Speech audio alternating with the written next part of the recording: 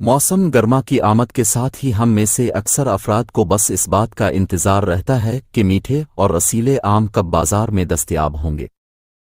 ذیابیطس کے ماہر ڈاکٹر منوج وٹھلنی کہتے ہیں کہ یہ خیال بالکل غلط ہے کہ اگر آپ کو ذیابیطس ہے تو آپ کو آم نہیں کھانا چاہیے۔ وہ مزید بتاتے ہیں کہ آم میں جو شکر موجود ہوتی ہے وہ فرکٹوز کی شکل میں ہوتی ہے، تاہم یہاں یہ بات اہم ہے کہ اس کا استعمال بھی محدود مقدار میں ہونا چاہیے۔ اس کے علاوہ آم میں اینٹی آکسیڈنٹ خصوصیات پائی جاتی ہیں۔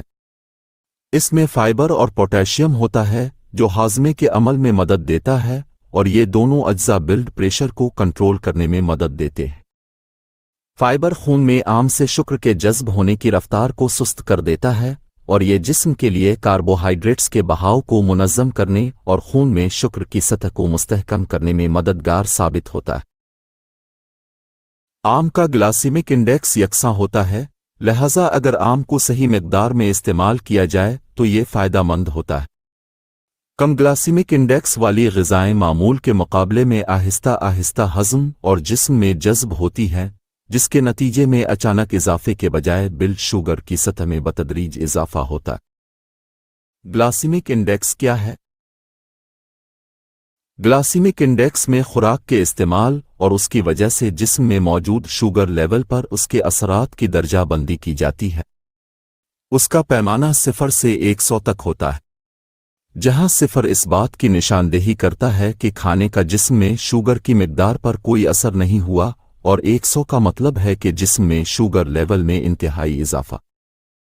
کوئی بھی کھانا جس کا سکور 55 اس سے کم ہو وہ انسانی جسم کے لیے محفوظ غذا تصور کی جاتی ہے، اور اس سے بلڈ شوگر نہیں بڑھتی ہے۔ آم کا گلاسیمک انڈیکس 51 ہوتا ہے، لہذا یہ کھانے کے لیے محفوظ ہے اور زیادہ مقدار میں شوگر لیول نہیں بڑھاتا، مگر چونکہ اس کا ہندسہ نمبر گلاسیمک انڈیکس کی بارڈر لائن پر ہے، اس لیے ان لوگوں کو خیال رکھنا چاہیے جو پہلے سے شوگر اور ذیابیطس کے مسائل کا شکار ہے۔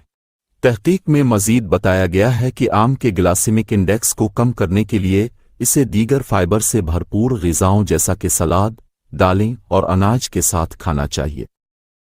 جسم میں جتنا زیادہ فائبر ہوتا ہے، ہاضمے کا عمل سست ہوتا ہے، سست ہاضمہ کے عمل سے آپ کا پیٹ بھرا ہوا محسوس کرے گا۔